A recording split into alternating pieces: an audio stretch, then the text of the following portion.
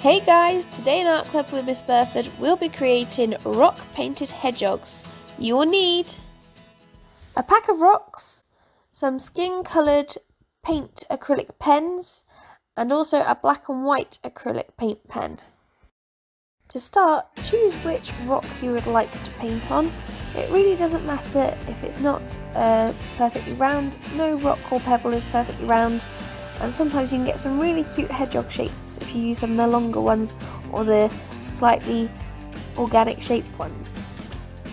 Firstly, we're going to choose a colour which is very light, like a peach, a light pink or a beige, as this is going to be our central part to our hedgehog, and we need this to be light as all the details are going to be on here and we need them to pop against it. So once you've chosen your colour, draw a circular kind of shape in the middle of your stone. And make sure you leave a gap around the edge, and that's going to be the spines around the edge. Colour this in, this can take a while. Don't forget, using acrylic paint pens, you do need to dab them, so pump them up and down a couple of times on a piece of paper to get the colour running through the pen. You may need to pump your pen a few times whilst you're colouring or painting your rock to keep the paint flowing. So just give it a few pumps up and down on your rock in an area that you'll be painting anyway, and you should get your paint flowing again.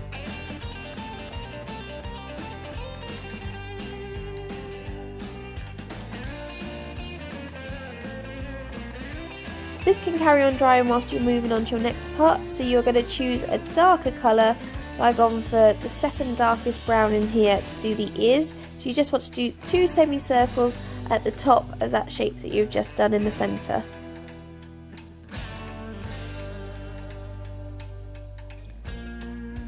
And changing your colour again to a tone in between this dark and light colour that you've used, you'll need to draw an upside down triangle about 1/3 of the way down from the ears, and this is going to be your hedgehog's nose.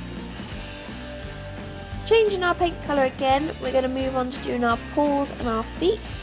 So you'll want a colour that is darker than the first colour you used, that very light peachy colour, but not so dark, no darker than the nose colour really is what you want to go for. If you aren't happy with the colour that you have used, you can always go back over and paint over it once it's dried a little bit. That is what I ended up doing with the paw here. It was just too pink for me. I wanted something a bit more neutral.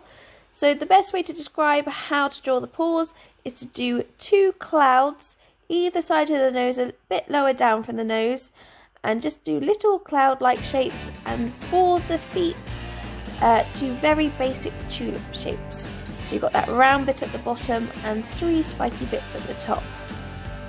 I included examples on the screen to show you the kind of shape that you need for the 2 paws and the 2 feet.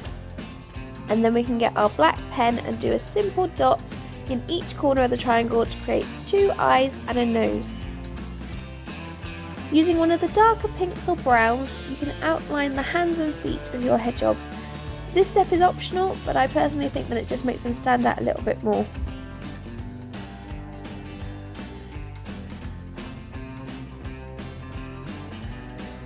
We're now going to make our hedgehog look more like a hedgehog by giving them spikes, and we're going to start between the 2 ears at the top.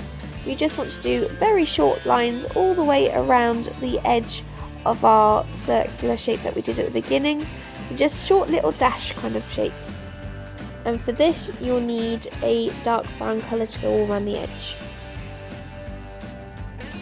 Using the same colour paint pen that you used to go around the edge of your painted circle, we're now going to use that to add some larger spikes around the rock that we haven't painted on yet.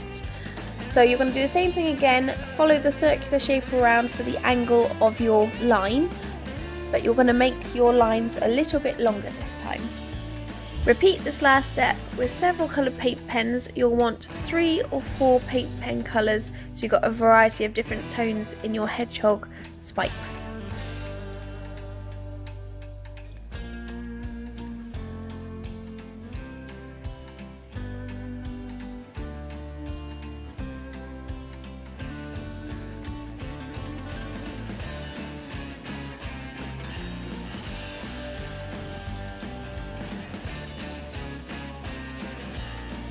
Finally, add a tiny dot to each hedgehog eye, either to the left or the right of the black dot slightly, so it looks just like a highlight. The children can take these home on the same day, as they dry fairly immediately. They only take about 5 or 10 minutes after this step to dry.